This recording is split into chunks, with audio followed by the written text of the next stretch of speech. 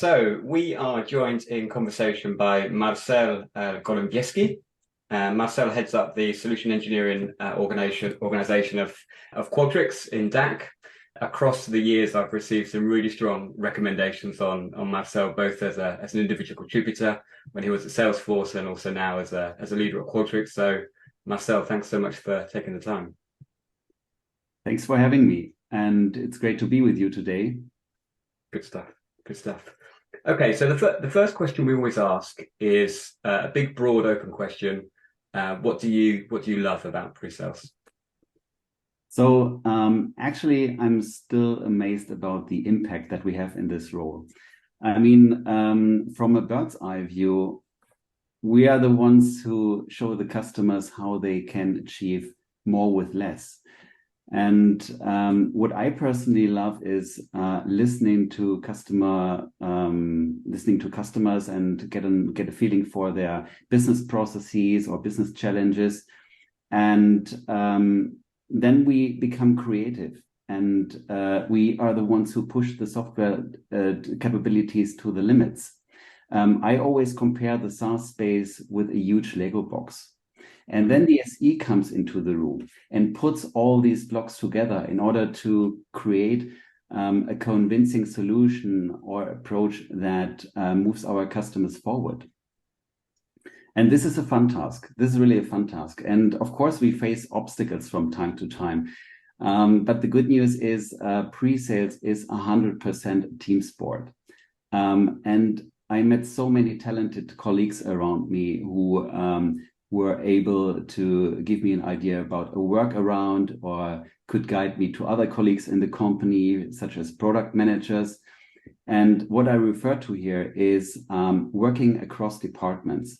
And this is really a very precious one, because when you work across departments, you build up your business network easily.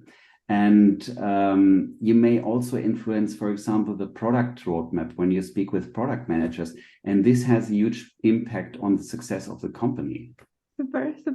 Thank you so much, Marcel. And in terms of this current market, it's been crazy lately. So what are your thoughts on this particular moment in time for pre-sales, given the state of the tech sector layoffs and overall job market?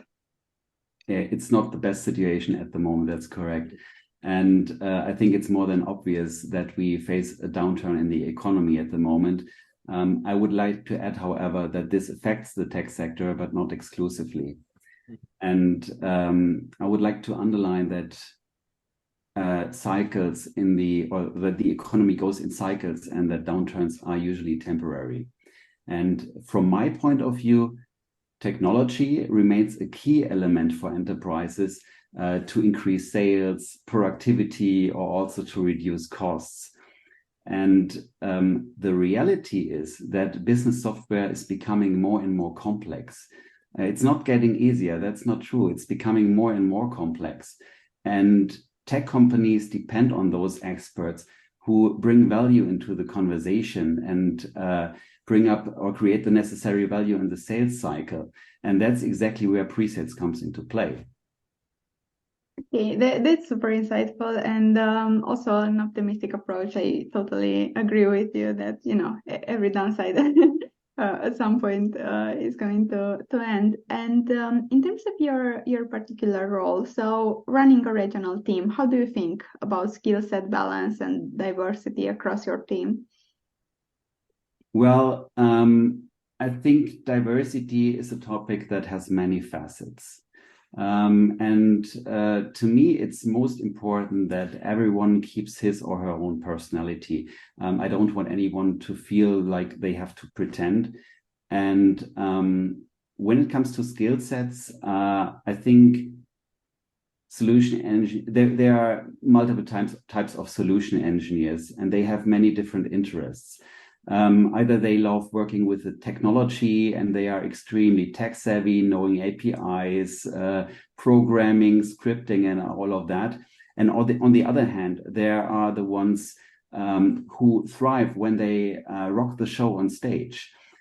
And it's in my responsibility to ensure that we have the right mix of skills in the team. And there's, however, one major challenge that I see, and that is visibility. Because from what I've seen, SE talents who represent the company on stage, they tend to have a higher visibility in the organization compared to those who bring an outstanding value into customer meetings with their unmatched technical expertise. And actually, that's a topic where managers need to have their direct reports so that everyone is treated fairly and that the team engagement is kept up on a high level. That's really interesting. So are you saying that there are lots of different ways? There's the expression that there's many different ways to get to Rome, and so different SEs will have different skill sets that enable them to get somewhere. Plus, also different parts of the skill set are needed in different moments. And are you saying that some of that goes less recognized than for other types of abilities? Yes, exactly. So when you have technical experts in customer meetings who create or who work, for example, on extremely challenging POCs, of course, they will be they will get some recognition in an email when a deal is won. But of course, we don't win every deal, but still we rely on the technical expertise from those colleagues. And if they don't feel comfortable to present or represent the company in the one or other presentation, they may be neglected in some way in the company when it's, for example, about recognition, about promotions, etc. And this is exactly the point where the managers need to step in and help those colleagues to get the visibility they deserve. Yeah, it makes total sense. They're like kind of unsung heroes. Is the expression that's quite often used. I totally agree.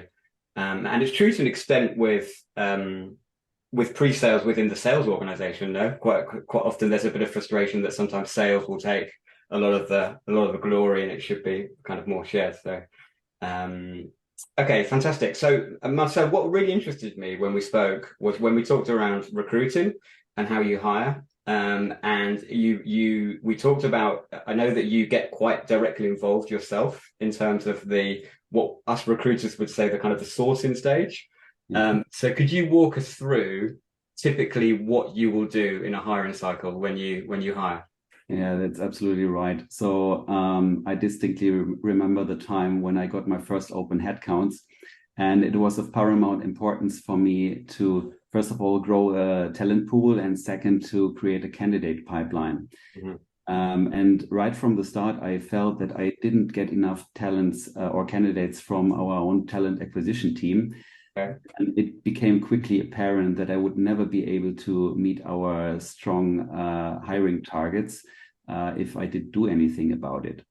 And I tried a lot. However, I do have some tips and tricks which I'm happy to share. And Brilliant. Those are tips and tricks which helped me navigate out of that situation. Brilliant. And my first advice is probably don't wait for things to happen. Okay. What I did was I created a one-on-one with my colleague from recruiting, and I was fortunate to have a super motivated recruiter on the other end. And I also learned about his main challenge, because it was the first time for him that he sourced candidates for a pre-sales role. And what I did was I equipped him with skills, with potential profiles, so that he gets an idea what I was looking for. And on the other hand, he had brilliant email templates that I was later able to reuse when I approached candidates on LinkedIn Recruiter. I also promoted open headcounts internally, and I spoke with our most successful AEs. I asked them whether they were aware of any SE talents they worked with in the past. And luckily, I got contact to two SE colleagues who were willing to look for something new. And I was able to excite them for a Qualtrics, which was really helpful, because we do have a bunch of interfaces to SAP products. So it was a win-win situation. And I also played around with LinkedIn Recruiter, because you have a bunch of options, filters, parameters in order to look for candidates. And of course, the open to work checkbox is really helpful for a recruiter. But I also learned that it's helpful to broaden the search to candidates where the skills overlap with a pre-sales role. And this goes for example, for IT consultants, for solution architects, product support, or also customer success.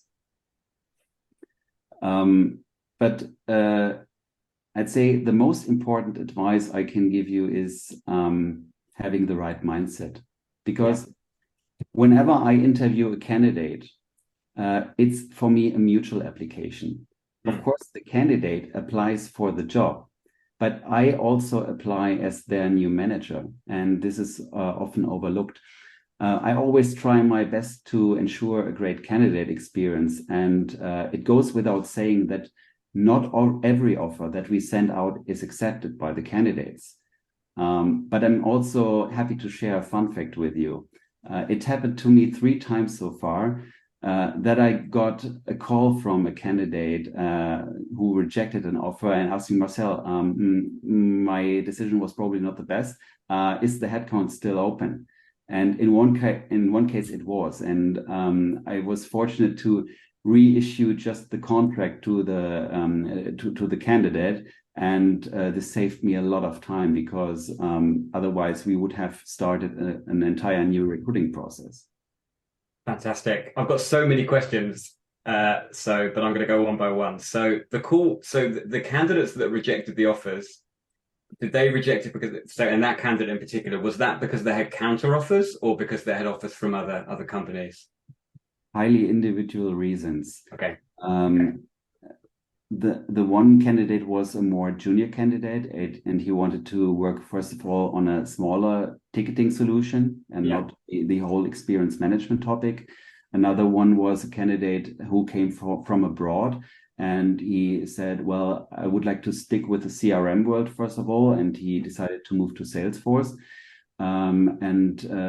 As I said, highly individual reasons. I think in those moments, it's of paramount importance to appreciate the effort that everyone has taken into the whole application process.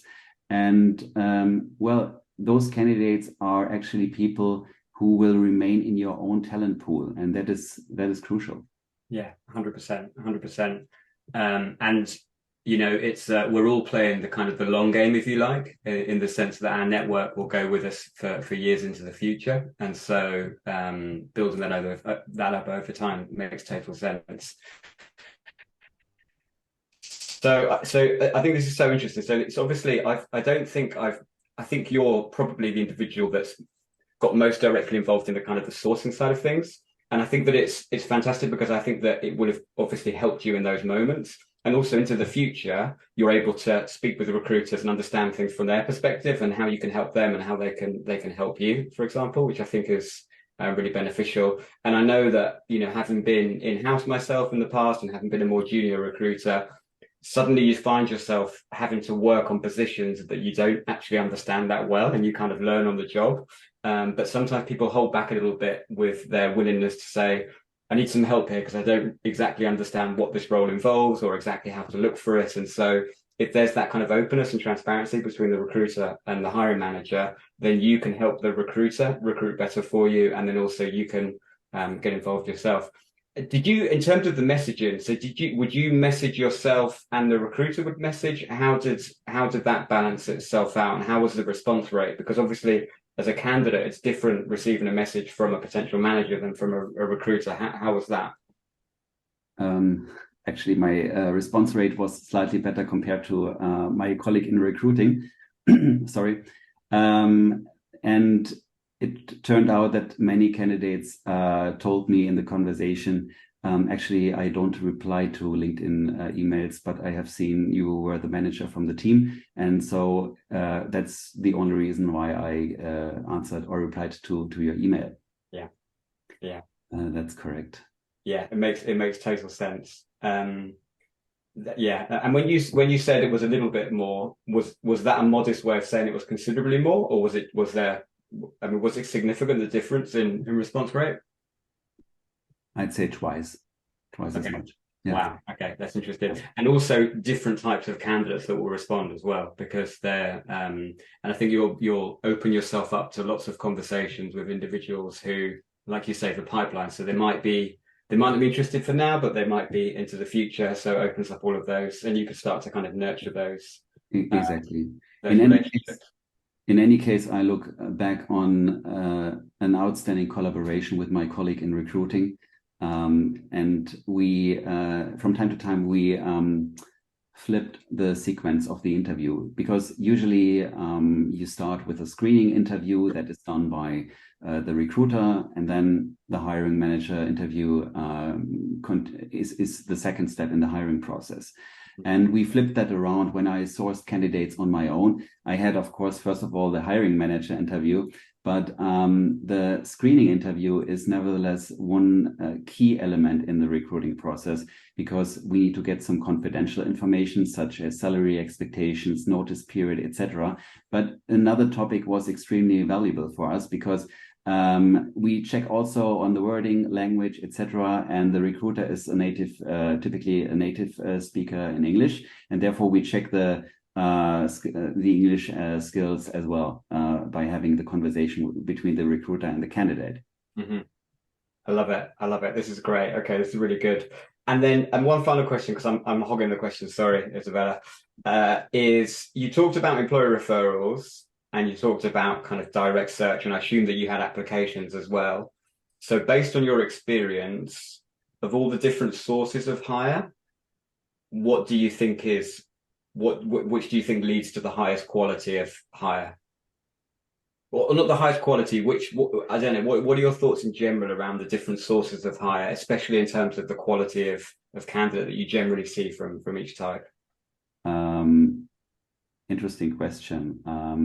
I'd say the quality at the end is equal, but the time we need to hire someone is shorter when we have, for example, an internal referral, because then we can schedule far more conversations in a shorter period of time. But the quality of the candidates is equal, whether I have sourced the candidates on my own, whether they come from an agency or whether they come from the recruiter, because the whole process involves probably 5 different or 6 different people. So we remove a lot of unconscious bias in the whole recruiting process. That's great. Thank you. Interesting. Okay, and before, as a final question on this, so if you were to give some advice to a hiring manager that wanted to take a similar approach, so it sounds like we've talked about talking with AEs to really try and promote as many referrals as possible, direct search, messaging yourself, working closely with the recruiter. Is there anything else you'd underline that you think would help them?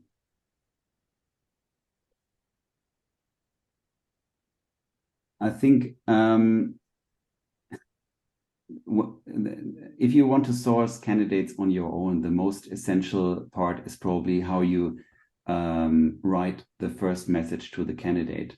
It starts with all of that, and I got good hints from my colleague in recruiting.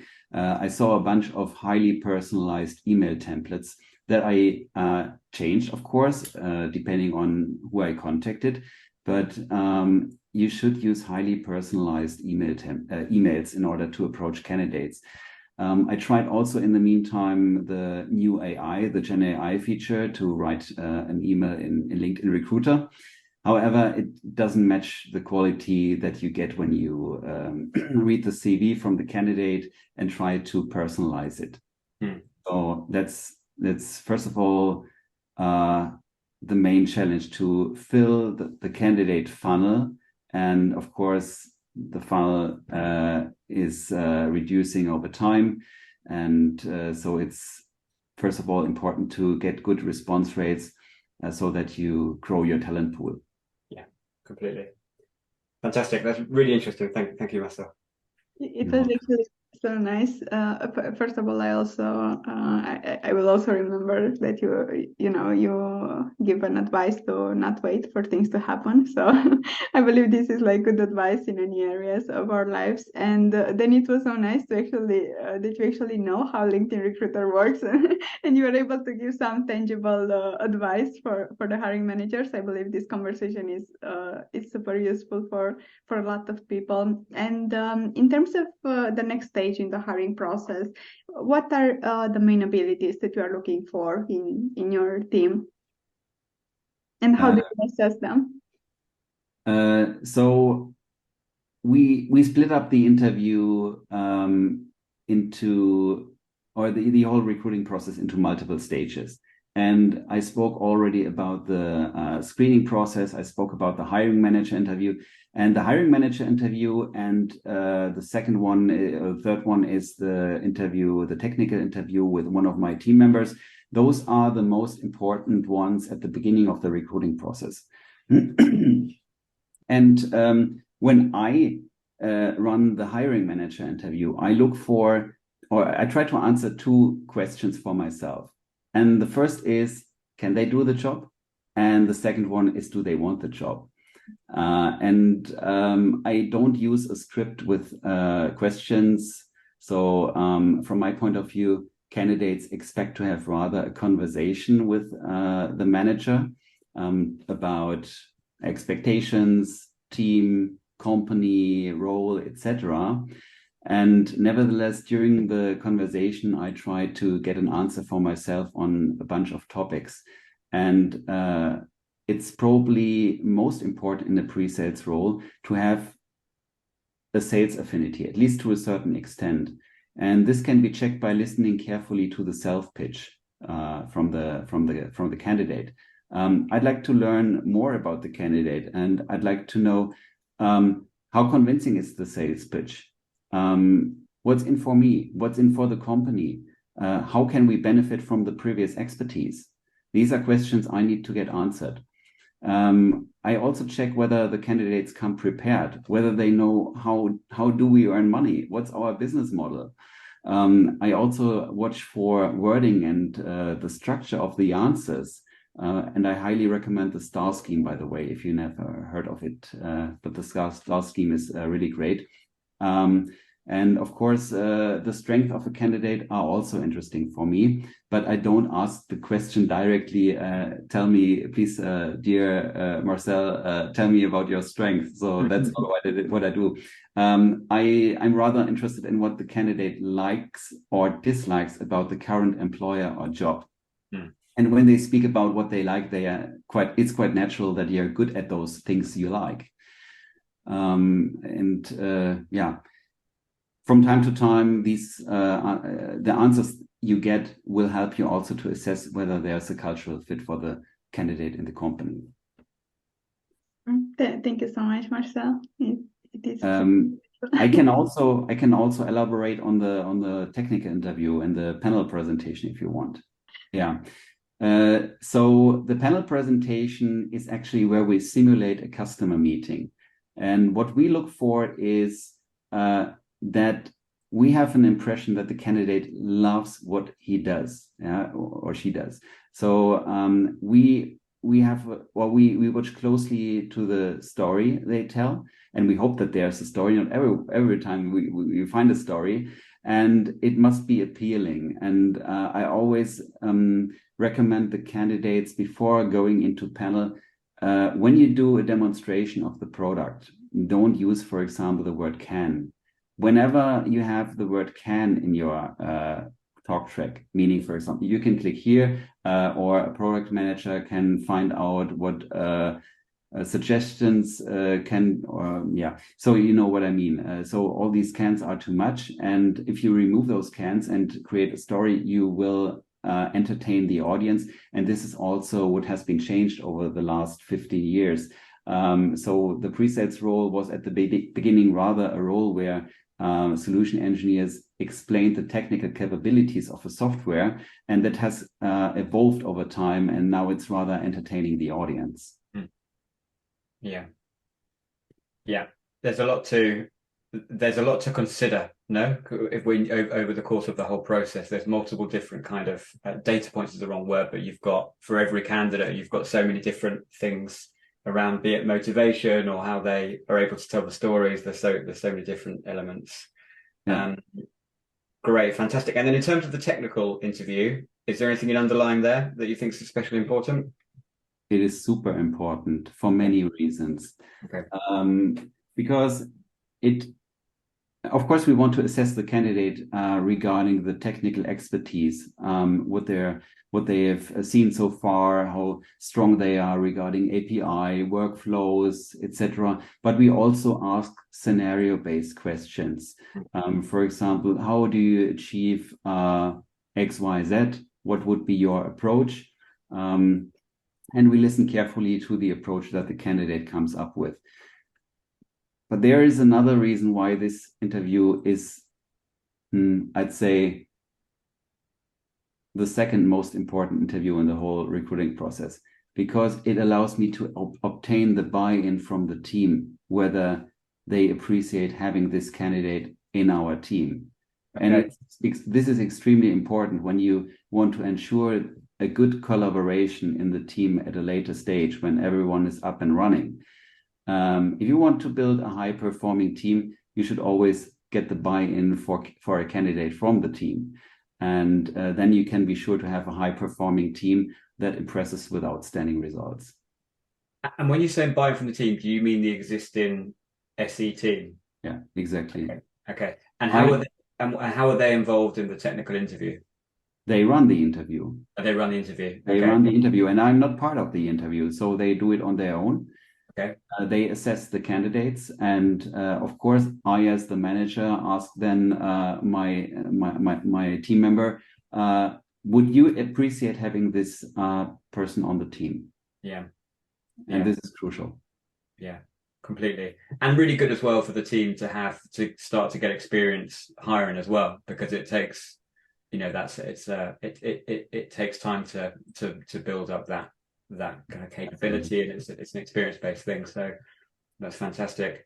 Okay, great. I should mention as well that Marcel, you wrote a really good article on LinkedIn that's on your LinkedIn profile, which has some great advice for candidates going through I would say a classic SaaS hiring process. So I definitely would recommend that article. And yeah, thank you so much for the time. It's been so insightful and so interesting hearing about how you go about recruiting. Obviously, it's something that we do every day, and I think that lots of hiring managers will be able to learn from this. And you might start a movement, Marcel. Maybe Isabel and I will be out of our jobs soon because you started a movement. Who knows? I don't think so. No, thank you so much for the time. Thank you so much. Thank you very much for having me. Bye.